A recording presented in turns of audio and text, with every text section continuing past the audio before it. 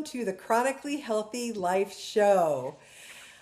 Have you ever wondered why we say chronic illness? Well, we decided to flip that script on its head and start thinking in terms of creating chronic health in your body, your mind, your emotions, your spirit, your life, your relationships, your community, pretty much everything. So welcome to the Chronically Healthy Life Show. And let me introduce you to today's guest. I'm Kristy Boyd Johnson, founder of the NARC Detox Club. And with us today is Amy Thoma, the creator of the 4 Lanes. She has a fascinating program that she's just told me about called SELF, which is an acronym for Safe, Energized, Loved, and Free. And she's here to share it with us today. Welcome, Amy. It's so nice to have you. Oh, thank you. Thank you so much for having me. It's a pleasure. Well, I before we jump into that, I'd really like to learn a little bit about you. Like, how did you get to this place in your life? Tell us a bit about yourself. Right? It all started way back when. Um, you know, Honestly, I've been thinking about that all day. Like, where do you start, right? Um, but I think it all goes back to like I had a spiritual awakening, but I was a teenager, right? So it was a pretty big moment, and it took me until now to kind of put all those pieces back together of like what I actually experienced in that moment, and it kind of coincided with a midlife crisis, right? So divorced, children are grown, sell the house, pack up everything, actually sell everything or get rid of everything. And I went to my cabin for the summer and just grounded and sat with my feet in the water and tried to figure out, what was next. And luckily, it kind of all came back to me. And this is next. This is all part of that journey. Well, did you? I would assume that there's a lot of emotion involved in totally just starting fresh. Yeah, Because and it's huge to start over, but also like surrounded by loving family and people who supported me and spaces to go, right? Like I had this ancestral home that's been in my family since the 40s that I could go to kind of rest and find some peace in myself. And I had a remote job, so I just made sure I had internet and I could go and do that. And that job also just recently went by the wayside. I basically just didn't quit my career, right? Like I have a career in sustainability and green building, but I took some time off to really explore kind of this discovery of the 4 lanes and finding the self and putting this into a framework that we could talk about and teach and scale, not just from our bodies, but to our businesses, to our families, to our communities.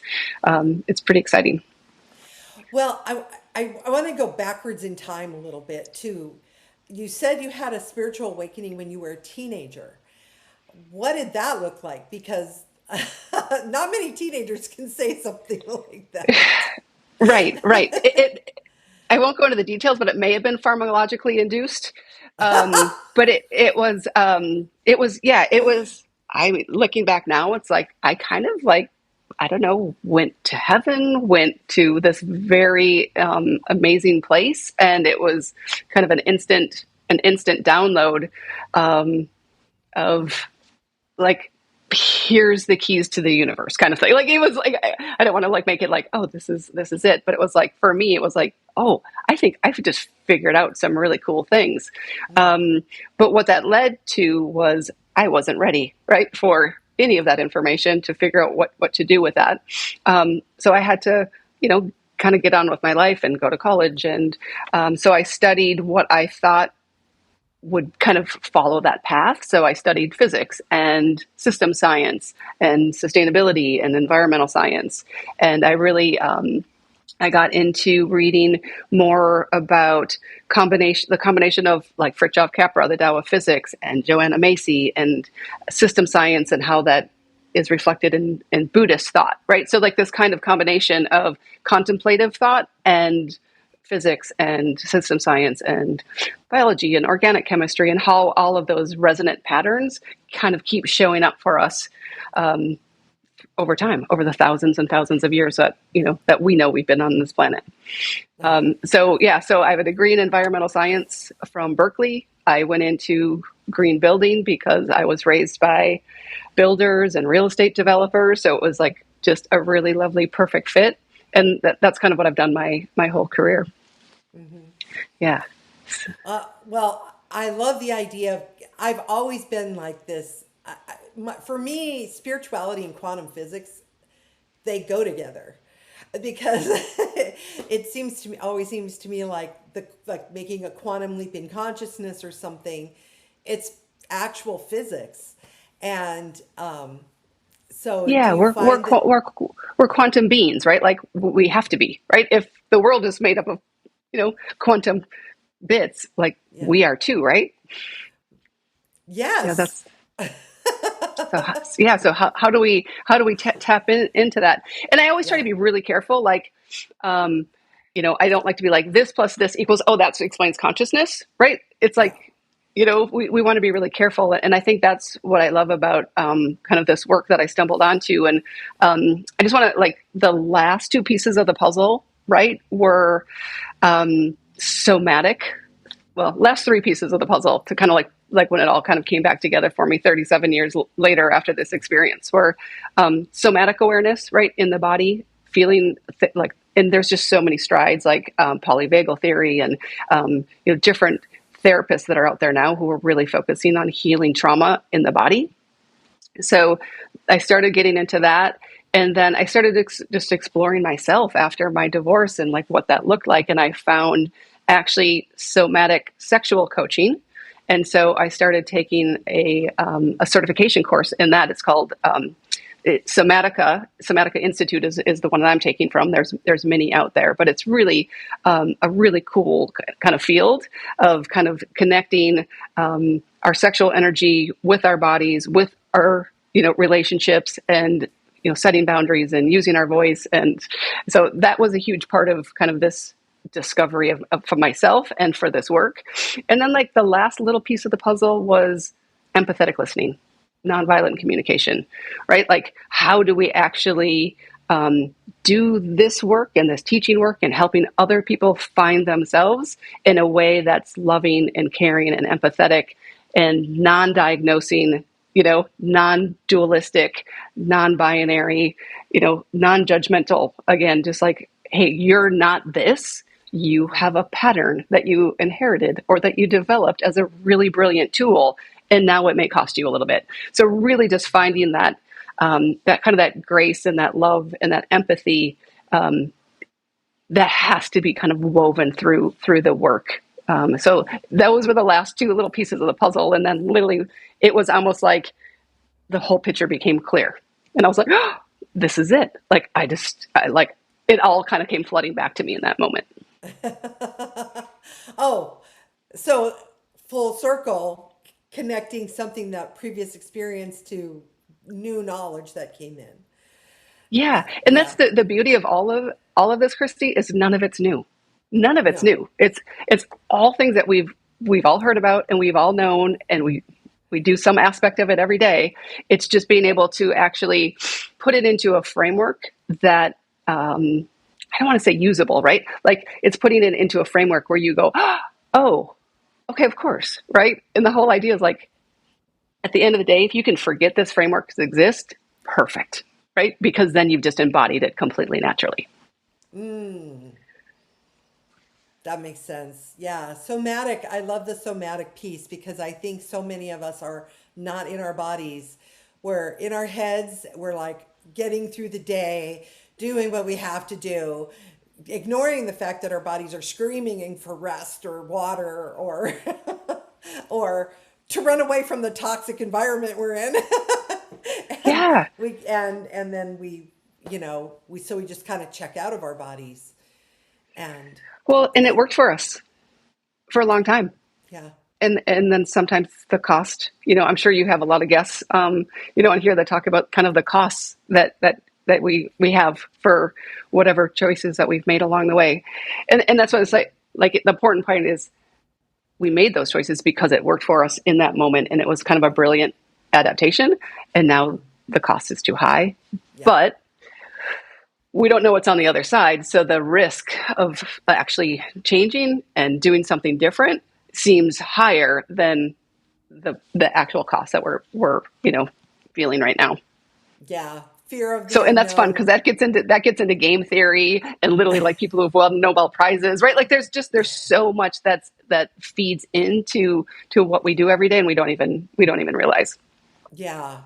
I've been reading a lot about the cognitive dissonance, which is a psychological term for when something is introduced to you that goes against what you think is true, and the fight, like that can't be true, even though the evidence is all right in front of you. I've experienced this a lot with many people with the thing about chemtrails. I'm like, look up, use your eyes. That's not true. That's not Yeah. true. And there's like a fear mechanism in there. Like if I look at that and I see that that's true, then I'll have to open my eyes to other things that I don't want to look at. But at the same time, what's the cost? Like you said, what's the cost? What's the cost to your own being? Right. And that in Yes. relationships, especially, that happens. Oh no, that person is, yeah, oh, he hit me, but he didn't mean it.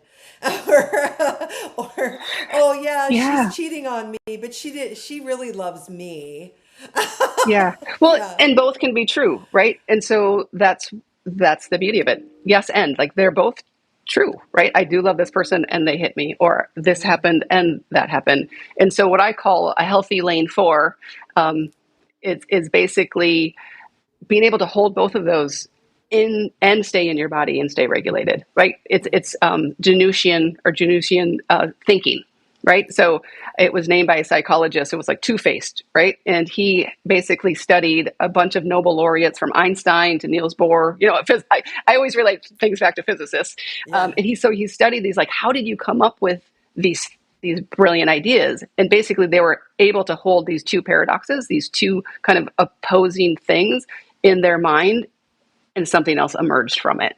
And that's a very system science concept of like an emergent property from these kind of dialectical processes that we all do. So yeah, we're not super comfortable with ambiguity, but it's actually very healthy for us Yeah. to like not say, oh, yes and or no, right? Like black or Yeah. white, Yeah. right? If we can actually, because they're false binaries anyways, right? They're not really real. We create them to kind of regulate our own nervous system, but in essence, we end up dysregulating our nervous systems because we say it has to be this way or that way. Absolutely. I think, and it's worse with trauma, because trauma, I don't know what it is about trauma, but it's like it digs it in, which, back to the somatic release, sometimes when you're releasing deep trauma, that somatic release is pretty powerful. Lots of tears, lots of crying, but once you're through, then you've purged something that, like, almost like when, if you have food poisoning and you vomit out the food poisoning and then you feel better Right. as you get it out of your Yeah. body. Yeah. Yeah. And with all the somatic therapists, I mean, the work out there right now is so incredible.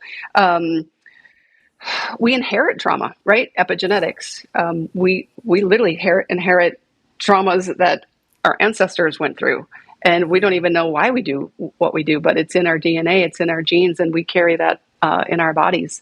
Yes. And I read a lot of a doctor that's literally like all disease and all pain in the body is just trauma, right? And it's just Yes. really amazing the work that's being done right now on we can definitely get more into Yeah. that as we go on.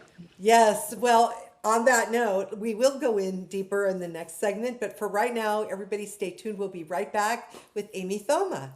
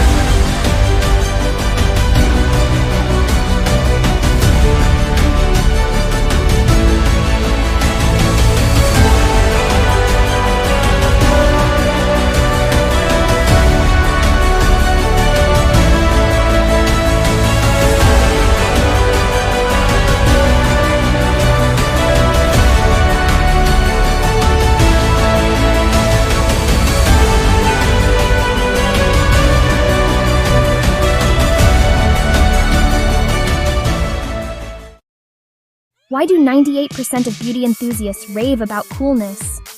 It's all in the blend of ancient wisdom and modern science. Introducing Coolness, Pearlescent Face and Eye Serum Cream. This powerhouse combines the antioxidative power of schisandra berries, the glow of pearl powder, and the hydrating wonders of dragon's blood extract.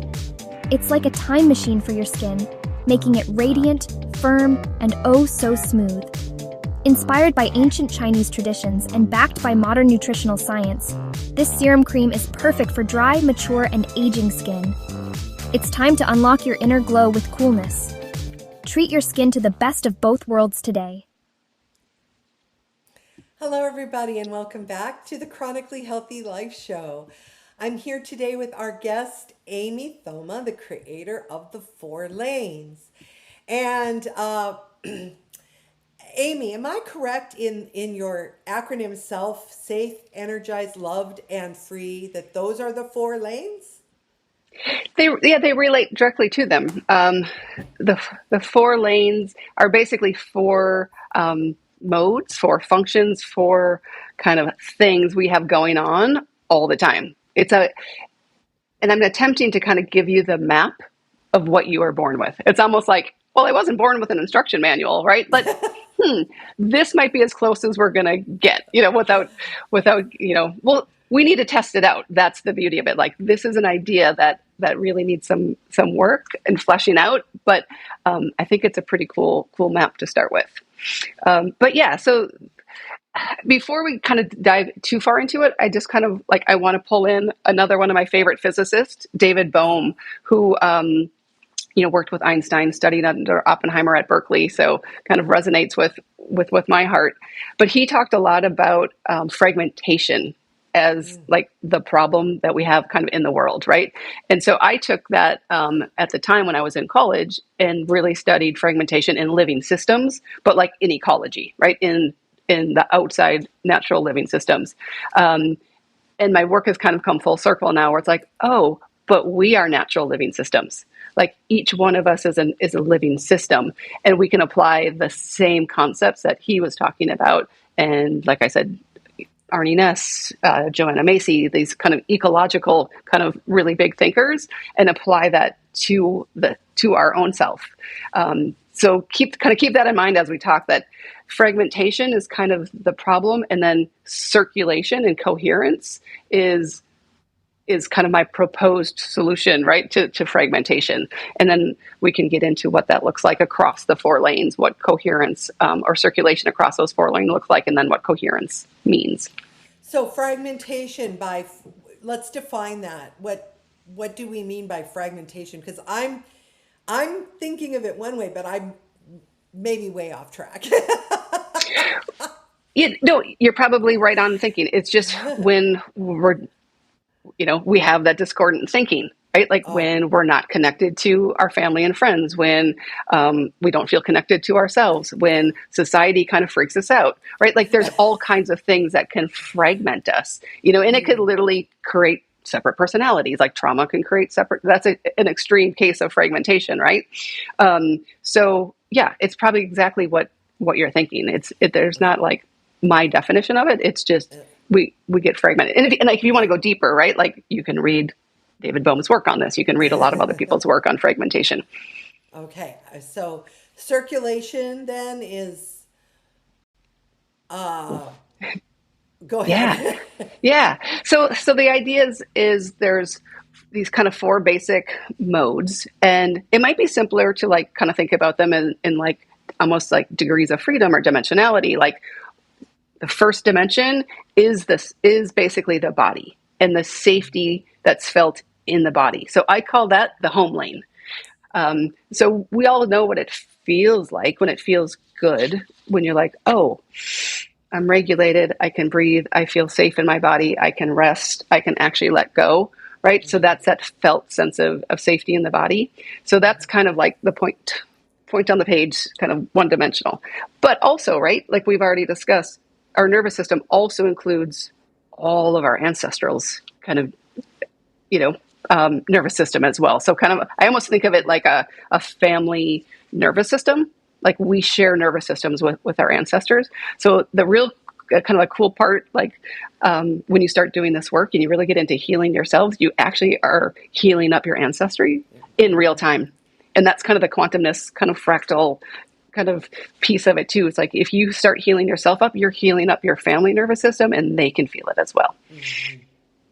Yes. Right. So, definitely. so that's kind of home, right? So just safety in the body at like the kind of the most basic level for us, but it includes a lot more, right?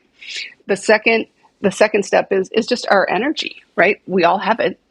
It's written about in kind of every contemplative, religion, philosophy. We have chi, we have prana, we have some life force, right? We have that spark.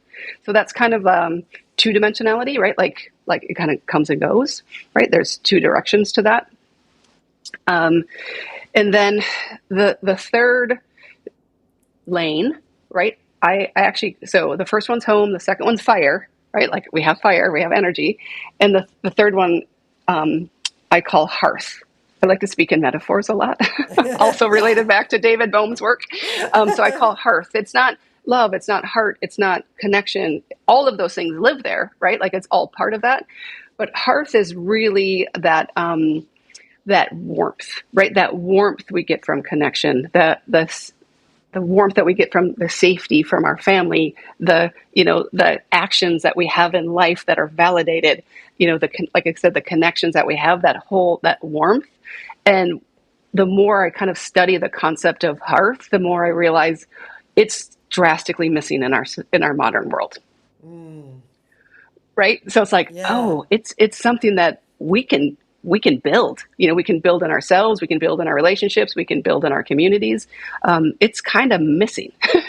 And from probably the last couple thousand years, it's just kind of like, if you think about it, we used to share stories around like a campfire and ancestry stories. And, right. Like we just don't have that kind of communal hearth, that existed, more in ancient times.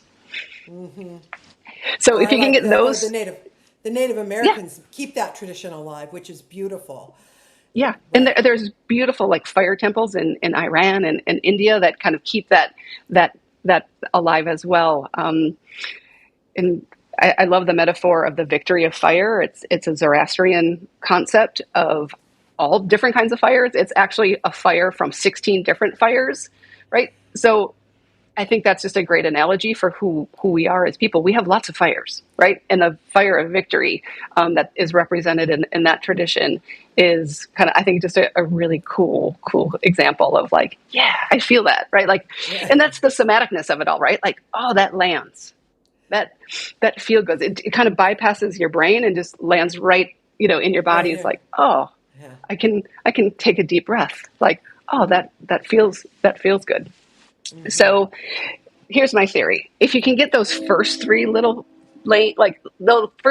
working just a little bit together, that's kind of the self-organizing principle that comes from system science, right? Living systems self-organize. So if you can organize around a little bit of safety in the body, a little bit of a spark, and a little bit of like truth in your voice, in your heart, your thymus, that's a kind of a regulating like engine in our system.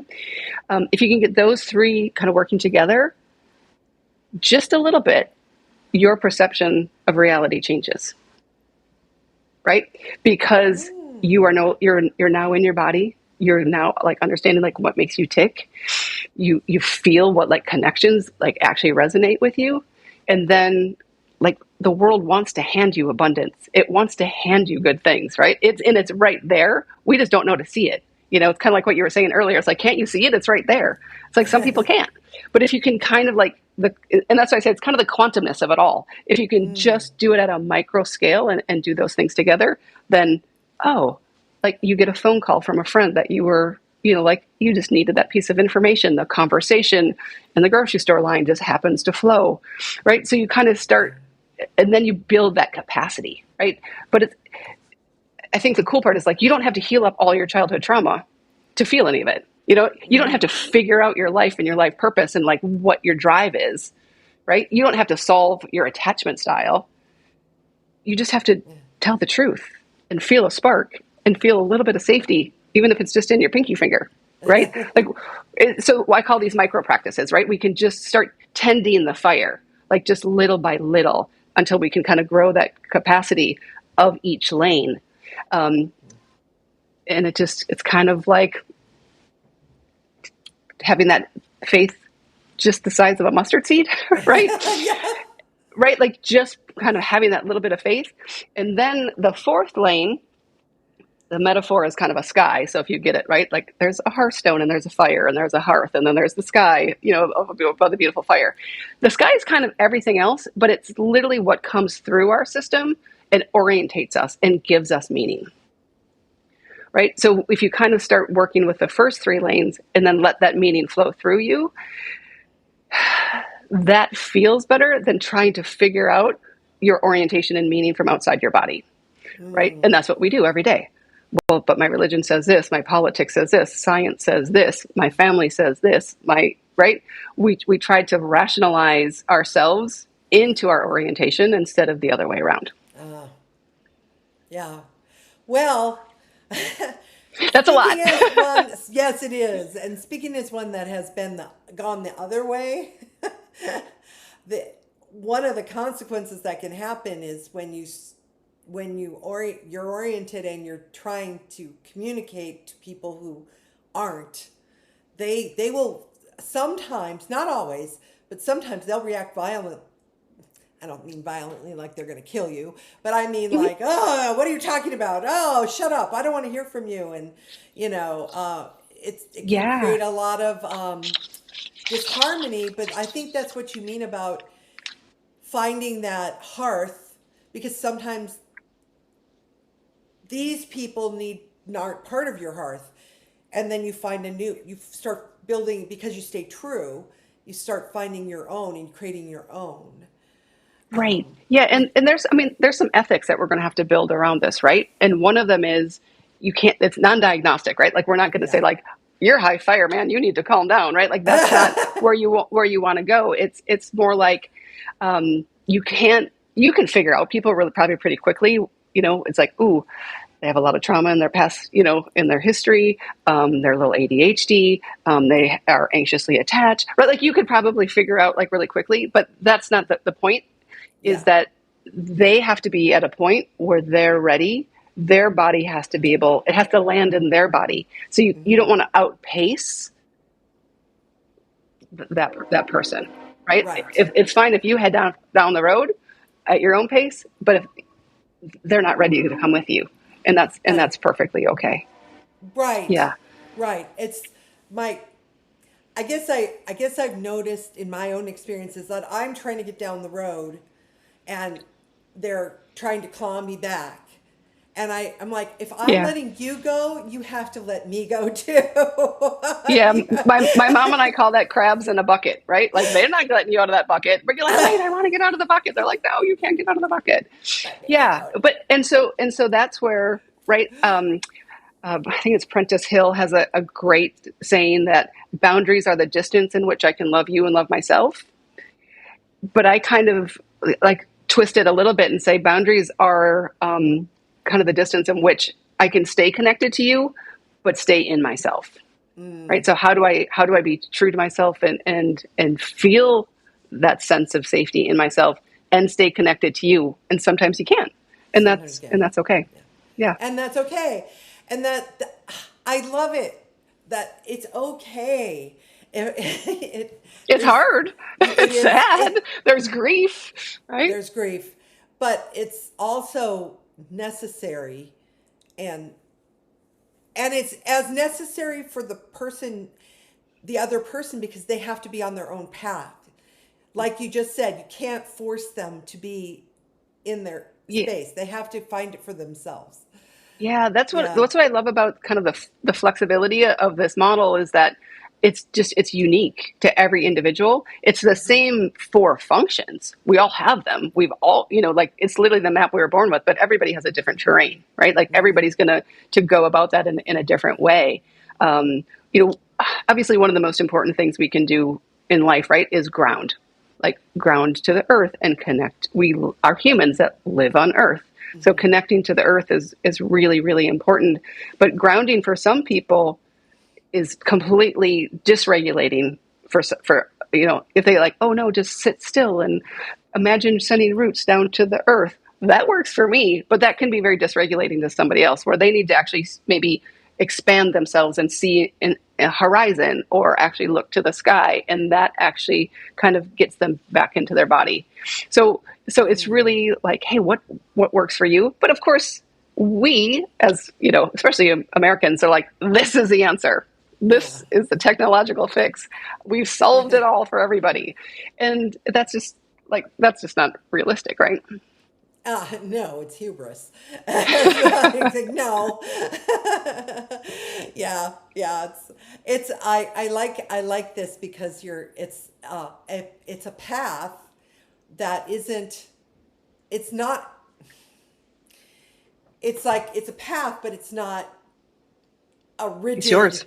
Yes. A rigidly controlled, you must do it this way thing. Right. Yeah. It's your map, it's your terrain, your body's the compass, right? And it's completely individualized. But like I said, it's the same pieces though. That's what's cool. So you can have this kind of common awareness and common language, but your felt experience is going to be completely different than somebody else's. Mm-hmm. Yeah. Yes. Yeah.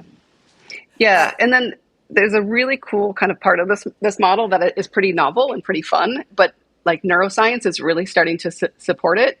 And it's what I call the hinge, right? So the hinge is basically when you kind of like, there's little phase states between these different lanes. And like when you're moving through life and you come up against a pattern, right? Like the trauma pattern, or just like a good girl pattern. Like there's all kinds of patterns that we have, right? The oldest sibling, the parentified daughter, right? So there's all these patterns, and the hinge is that flexibility to hold, right? Like it's okay. It's that yes and it's okay, and I don't have to decide, and I don't have to collapse into a binary. I don't have to make a decision, right? That keeping that hinge open and flexible is part of this healing process. And that's, we start with a pause, with maybe a breath, right? To tell your nervous system that, hey, you don't necessarily have to make a decision in this moment. But we're going down the path of this old pattern. Do we want to go there? And sometimes we say, yep, we do. Yep, we're good. We're good with that today. And then sometimes you're like, I'm going to rethink this a little bit. So you kind of have like I said, you kind of have those 4 lanes, which is like, if you can imagine it kind of circulating around almost like a toroidal field, because that's kind of what it looks like a big donut, right? Like all this energy flowing around. And that hinge is kind of in the middle, kind of trying to decide, like, do we want to stay stuck in this pattern, or do we want to do something else? And that attention and that hinge together really is kind of the key to helping yourself. Well, this is fascinating. Now, we're going to take a quick break, but stay tuned, because when we come back, Amy's going to give us some real practical tips that we can try right now and start exploring this amazing idea. So stay tuned. We'll be right back. Everything we're made of contains light. From the sun that feeds our world to the energy that flows within us. With LifeWave X39, we've found a way to put that light to work. With X39, we achieved something remarkable in the field of wellness and science that others could not. By utilizing LifeWave's unique patented technology, X39 uses light to elevate GHK-Cu, a copper peptide known to support overall health and wellness. Unlike traditional light therapy, X39 uses the body's own infrared light to naturally increase vitality. By gently stimulating the skin with light, our non-invasive, non-transdermal X39 patches help you conquer your active lifestyle and pave a new way to vibrant health.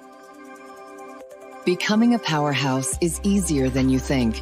It all starts with your body and a little help from light. Place one LifeWave X39 patch on the body. Apply the patch to clean, dry skin in the morning. patches may be worn for up to 12 hours before discarding. Keep well hydrated while using this product. Harness your natural potential. Reclaim youthful energy. Live long, live well, live young with LifeWave X39. Be the light. LifeWave.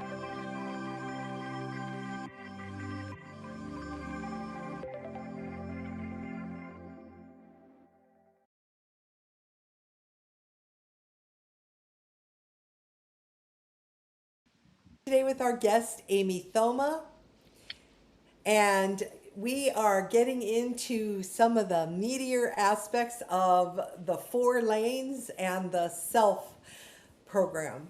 So, Amy, the energy, creating the circulation, healing some fragmentation. How would we even begin? I mean, other than just breathing in, breathing is always like a really good first step, no matter what. No, that's 100% correct, because when you fragment, the first thing that goes is your breath, right? You tense up, right? And the first thing to bring it back is also the breath, right? Okay, where am I at, right? What's going on? So yeah, no, you're like spot on. See, like you already know all this. It's already in all of us. It's very intuitive, and it's, like I said, it's the map we were born with. We just didn't know. Or it was educated out of us. It may happen. Yeah. And I mean, like I said, honestly, the more I dig into like, wait, where did our hearth go? It's like, oh, it turned into an air fryer on our counter. You know what I mean? Like, where did it go? Yeah. And we wonder why we can't make connections with people. It's like, it's kind of been bred out of us in society for whatever reason. Right. Yeah. Yeah. So you want to try some, I call them micro practices. Sure. Like tending the fire, right? Just small things that you can do. Right. Like I'm sure you've heard a lot about like, you got to regulate your nervous system and, all of these things. So this is just like small little practices to start, helping your body feel. So we'll start with just like what a yes or a no, a felt yes or a no feels like in your body.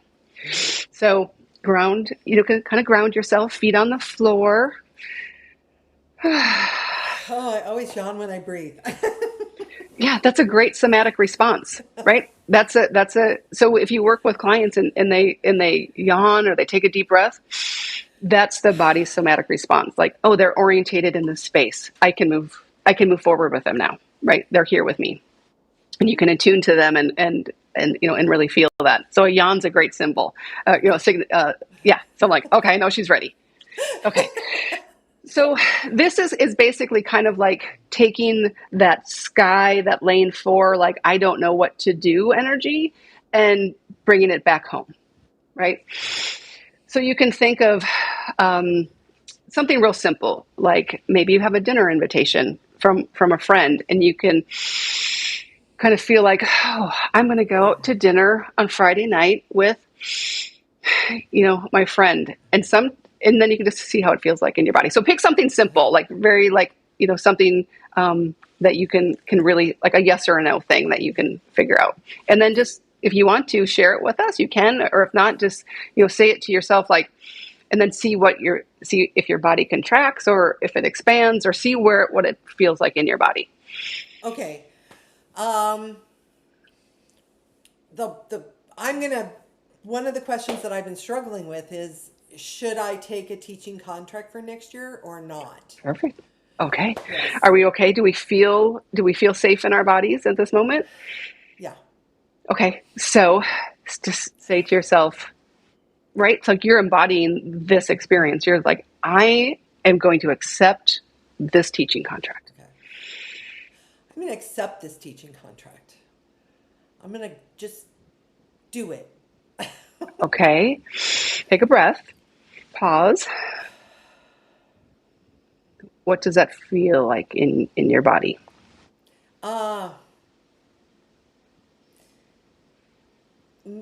Nervous, and then there's tightening in my heart chakra. Tightening. Okay. Tightening. Yeah. Okay. So that's information, right? So that's great information.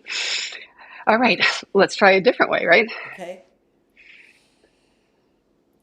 I'm not going to take this teaching contract, and I'm going to find something that aligns more with me. I'm not going to take this teaching contract, and I'm going to find something that aligns more with me. Oh my God, my whole body just relaxed. Yes. I mean, my shoulders went down and my forehead came down, and I mean, I was like thinking really hard, and I just relaxed. Yeah, and here's the beautiful kind of hinge moment. You don't have to decide today. You don't have to decide right now, right? You might get more information tomorrow that might change your mind a little bit, but that exercise is just it's so sweet and simple, and it's information that you have, and you're starting to build that trust with yourself.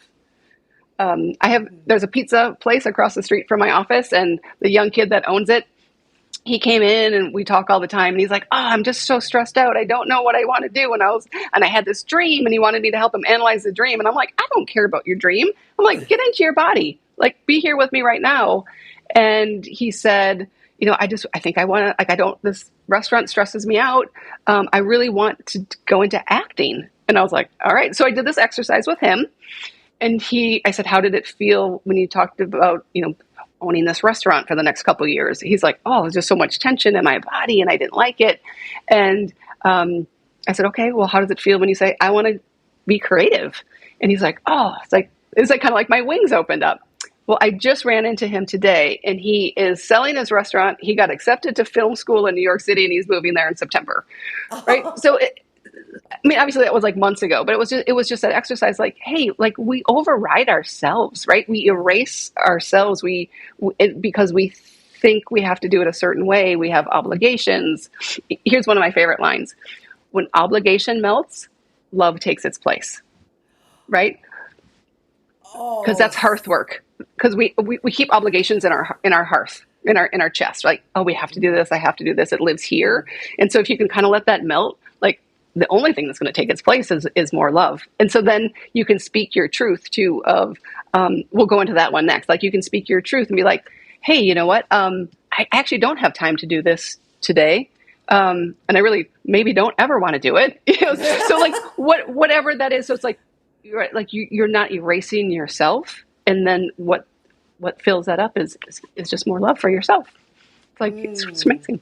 Yeah. So just keep that one in the back of your mind when you feel obligated to do something. Like, what if I let this melt away? What would that feel like? I have a lot of those. I'm just going to make a list. Yeah. And so you're priming your nervous system to start like trusting itself, right? To just and see like, in this moment, actually, I don't want to think about either one. I'm going to go take a nap. Yeah. That's what my body is telling me. Like, what does your body need right now? I need water. I need rest. I need connection, right? Mm-hmm. To somebody, instead of reaching for that person who is avoidant or, without labeling, right? Like, is maybe not available to you. I'm going to reach out to somebody who I know I can connect with. Mm-hmm. My girlfriend that even if we don't talk to for, 3 months, we're like, right back at it. Like, I'm going to reach out to that person for connection in this moment instead of reaching for that connection that ultimately isn't going to give me what I need anyways. But it's a pattern, and we're stuck in it for right now, and that's okay. Yeah. Right. And the more aware you get that, you know what, every time I need to talk to someone, I don't want to talk to that person. Maybe that person is just gently let them go. Yeah. So the next micro practice, I call it one truer statement, but it's that exactly what you're talking about. Like, am I reaching out and using my voice to regulate myself, or am I trying to like express myself and get somebody to see me? Right. Right. So it's like, hey, I just need somebody to see me right now. Call the person who can see you. Right. If you need to tell use your voice to regulate, like, I need to get this out. Right. Like, maybe you don't say it to anybody. You just go to the bathroom in your mirror and be like, I'm just going to say this because I need to regulate myself right now. Like, okay, I'm freaking out. What's going on? Right. So there's kind of two ways we can use our voice. That's interesting. My mom lives with me, and I take care of her. And when we were years ago, when we were both working and we would talk on the phone, I would call her and I'd say, I just want to vent. We had a deal. She could call me and say, I just want to vent. And it was like, just listen and allow the space and don't fix anything. Just listen and Yeah. maybe ask questions, clarifying, like, wait, what do you mean? Yeah. And it it was this great pressure release, and it was just it really helped to get you to a place where you could make a more informed decision, for lack of a better term. Yeah. Well, You yeah. know, And that's beautiful. I call that hearth work. Like we need more yeah, hearth work. Like it's that connection of like and it's literally a micro practice that I've taught other people. It's like just be able to express, even if it like your disappointment without the other person, they just witness, yeah, they witness. right? And that's Yeah, an exercise for both the people because that witness person is like, yeah, I want to jump in here. I want to fix. And so they have to start, regulating their own system too. And so instead of saying, hey, why didn't you just do this? Just say, hey, what did you need in that moment? Right. So yeah, that's where that empathetic listening and that nonviolent communication comes in. It's like, I'm not going to fix you. I want you to go deeper into this feeling and feel it. And I can feel that, you're full of grief. But instead of saying, oh, I feel you're full of grief, to say, hey, how does that feel? Does it feel like, really sad to you? Like, what did you need in that? Right.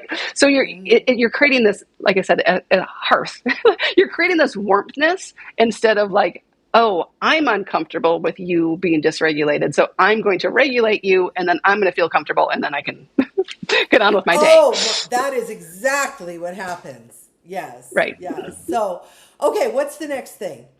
Okay. The next one's called We're gonna run out of one, time. one truer statement. And we don't have to go into this one and then, and we'll do the other one that kind of takes into account all the lanes and the hinge. But one truer statement is just like, instead of like not saying what you mean or telling your whole truth, you just say one truer thing. Like when somebody says, hey, Kristy, how are you doing today? Instead of saying like, oh, I'm fine. You can be like, I woke up kind of on the wrong side of the bed today, or, you know what? Actually, I'm struggling a little bit today. Like, right. It doesn't have to be like, I'm going to dump on you. It's just one truer statement.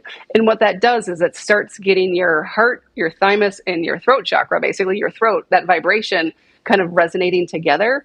And it's like, oh, I can tell the truth and I didn't die. I can tell the truth and that person still likes me, right? Like there's a lot of conditioning that we have around our voice. Whether it's loyal to our parents or loyal to our partners or, right. So just one truer statement, like I said, it's kind of just starts priming that pump just to start like, oh, I can feel regulated in my body and safe and tell the truth. And that's a boundary, right? And then it literally helps you start creating those boundaries. And again, the boundaries aren't like, I'm shutting you out, I'm crawling out of the bucket and I'm cutting you guys off. It's, hey, I can stay in myself and connected to you. And some people you can stay connected closer with, and some you have a little bit more distance, right? But the goal is to like stay connected to yourself. And this exercise of one truer statement helps you stay in yourself and connected. Okay. All right. Yeah. Okay, good. So the next one, the fun part of right, except like that piece of the puzzle that like kind of had it all like fit together for me was this somatica work. And it's this like sexual energy, this erotic energy. And what I realized too, and then like studying, Eastern Tantra is like, oh, this is what they're telling us, right? Like we have this energy that flows through us all the time. And, right, in Tantra, they're like, do not engage your kind of erotic energy to heal yourself unless you're doing it with a practitioner, right? Like somebody who's trained, who's embodied this experience, because it activates us so quickly, right? And it bumps up against those patterns. It bumps up like, oh, this is traumatic for me, right? Like I can't do this with this person because of this past trauma. It's super quick, real time, like activation. So we're going to take it real slow, but what I want you to feel is desire, right? Like feel that erotic energy without losing connection to yourself and staying grounded. You ready? Okay. All right. So we're going to anchor ourselves in a home, right? Safety in our body. So I just want you to bring attention to your body to your feet, to your sit bones, right? Your pelvic area. And just let yourself settle maybe 1% more. All right. And then just notice the energy that's in your body, right? Do you have any sense of movement, aliveness, warmth? Do you feel any kind of energy moving in your body at all? Don't create anything, right? Just notice. Just notice what's already there. And now I'm going to invite you to kind of invite that desire in, right? Like ask yourself gently, what do you want right now? Not what should you want, not, just what's true, right? It might be, I want connection. I want space. I want touch. I'm okay with nothing, right? Like just find kind of that sense of what your body wants right now.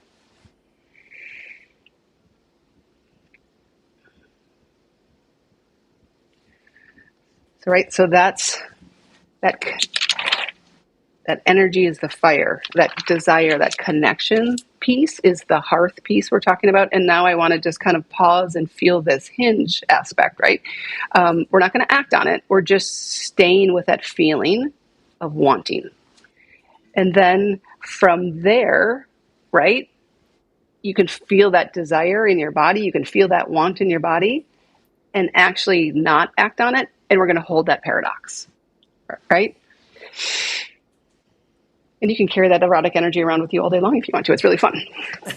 But yeah, so the idea is just to hold that, right? Like I can want and not act. I can, I can be and still want connection, but I don't necessarily like, it's just training your nervous system, and it's really, really fun. So how do we tie this all back to the self, right? The self is, are you free to feel safe? Safe in your body, safe in your life. Are you free to feel energized, to feel alive? Are you free to be loved, to express love, to accept love? And are you free to feel all of it? Right? So that's the self acronym that I use. It's like, are you safe, energized, loved, and free? Yeah. Well, on that note, I do believe, let's find out how we can find you out in the world. And I do believe you have a gift for the audience as well. So how can people find you? Okay, so I did create a little book, a 26-page book that includes some micro practices, includes kind of the definition of the model and kind of some background on my favorite physicists and thought systems. And that's going to be available on my website, amythoma.com. Yeah, so if you're interested, I put it together for your audience today. Yeah. Oh, and I do believe the QR code is going to your website as well. So that's amazing. I have to definitely get that little booklet. Thank you. All right, everybody. That's a wrap for today's show. And thank you for joining us on the Chronically Healthy Life Show. We're here every Friday at 7:00 p.m. Central Time. You can find us on e360tv.com, on the Vitality TV network, or of course you can find us on YouTube at Chronically Healthy Life. Swing by chronicallyhealthylife.com this week to elevate your longevity and check out our brand new healing skincare line at coolness.com. Until then, stay vibrant, stay fierce, and stay ridiculously, unapologetically, chronically healthy. See you next Friday.